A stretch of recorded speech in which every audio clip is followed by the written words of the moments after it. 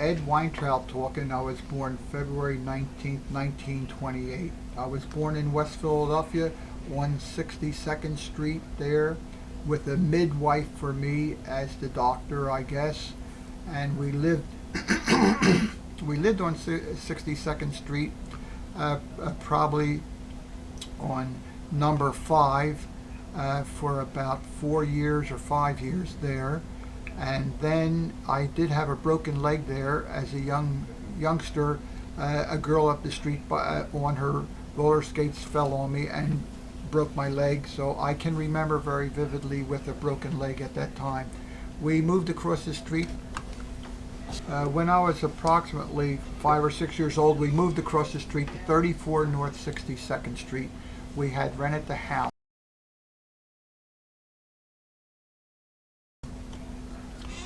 The house at 34 North 62nd Street, which we rented, was sheriff saled because the owner never paid the taxes. And within days, we had an option to get out of the house because it was going to be sheriff saled within the week. So through the fact that he worked for the school board education, they had a credit union. He was able to obtain a loan, and he turned around and bought the house at the time. So we became owners of the house and lived there all of my life until I left to get married, and my mother lived there all her life. My father worked for the Philadelphia School Board of Education as a steam fitting engineer, and all his life he spent reconstructing the furnace and heating systems of all the schools in Philadelphia, which were very numerous. And what was his name? His name was Edward Aloysius Weintraut. As a youngster, they thought he would be a priest, but he certainly didn't make it. And he was born up in central Pennsylvania somewhere. His father was born in Jed, Pennsylvania. My father's father was born in Jed, Pennsylvania. My mother, Cecilia Weintraut, was born in Czechoslovakia, came over as a young girl, probably about 14 years old, with her 3 brothers from Czechoslovakia, and she was transported up to Williamsport, and she was a house girl, like a maid, for a very rich family in Williamsport. She had a brother Frank, a brother John, and the 3rd brother was Anthony. Anthony had a problem and got sent away to a school for boys, and in horseback riding he fell off and broke his neck and he died. And Mom lived in Williamsport and met my father, Edward, somewhere at Williamsport at the Hollidaysburg, and they were married, and they lived over a garage because they didn't have a lot of finances. They used to live and sleep over a garage, like a sort of a attic type place, and she used to tell me how they looked out the windows and watched the rabbits running around at nighttime. They moved to Philadelphia, and for just a small sprint of time, they did live somewhere in South Philadelphia and had a little altercation with one of the Catholic priests or something, which turned my father off the Catholic Church forever, and we never went to Catholic Church after that.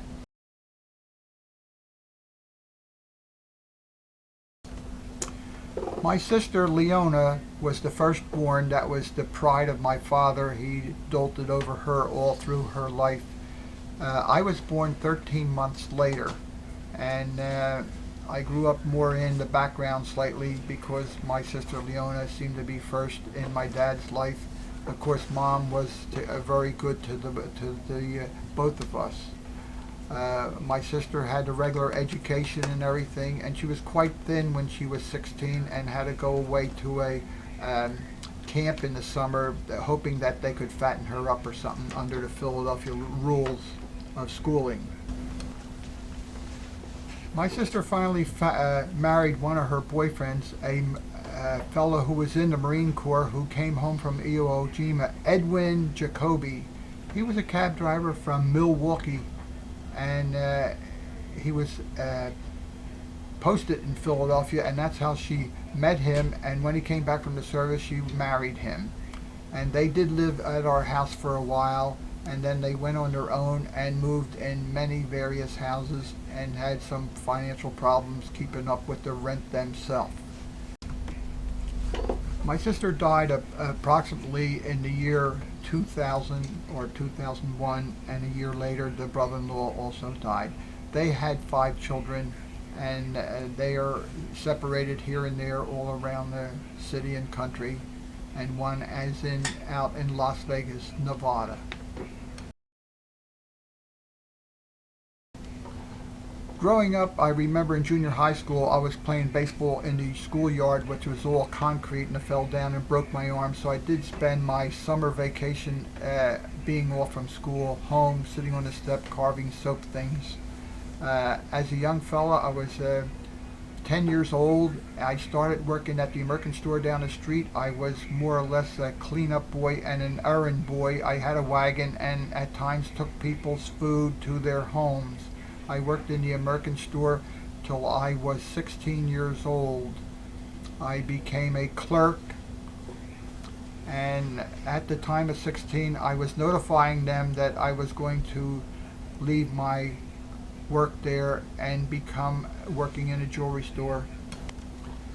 At the time then, at leaving, I was called in at the American store offices, and even at 16 years old, they were so I was so well liked. They promised me immediately that they would give me a store down 62nd and Pine Street, which was about a mile away. I could have a store to manage myself even at my early age, but I had to turn it down. At that time, I was going to Bach Vocational School to learn watchmaking, which I quit when I was 16 years old because I wasn't learning anything, but due to my knowledge of mechanics of watches and clocks, which my father was a part-time hobbyist clock repairer, but he never fixed any watches, I was able to have enough knowledge to go to work at 16 years old in Germantown, and I fixed watches there for about a year. My first job at 16 at the store was 50 cents an hour. After I left there and went down to 6th and Chestnut Street to fix watches, which they were surprised of my knowledge and everything, after taxes I went home with $54.15 clear, and I was about 17 then, and when I was 18 I got my car and was able, due to working, save enough money that my father signed for the balance, and I got a Hudson car which cost about $2,200, which was a marvel in those days.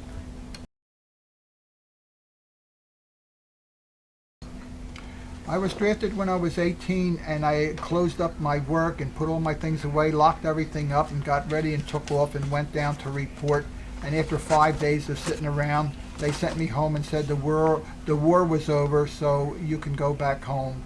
Of course, at work they thought I was 4F or something, but it turned out that I was drafted again when I was 23, 5 years later. After leaving the employment there, I went to work on Sansom Street for Finkel and Lessie as a watchmaker on the 2nd floor, and worked there for several years.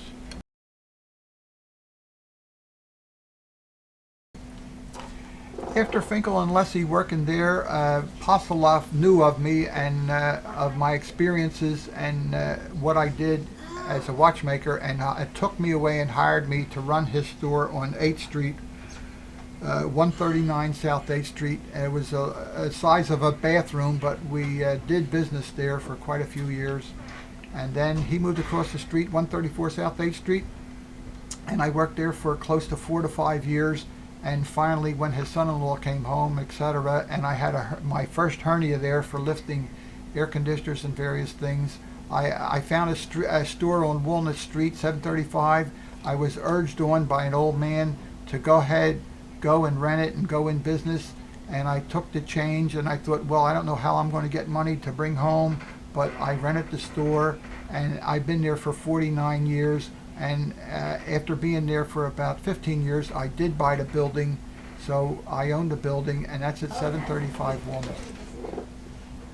I bought the building because while renting it, I heard someone talking about, hey Ed, your place is being put up for sale. So I did hustle to it and everything. And at the time, the building was $50,000 to buy, and rates of interest were 10 to 12%. Whatever occurred, I gathered together all my finances and everything I could, and I did pay for the building in cash. I didn't have any mortgage at all. So at least going into business, I didn't have any rents to pay.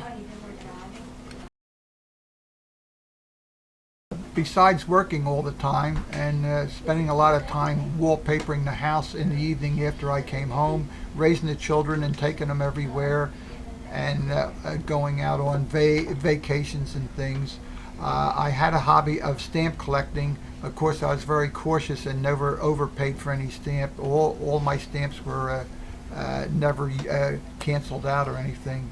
They're still with me. There's about 12 books of stamps.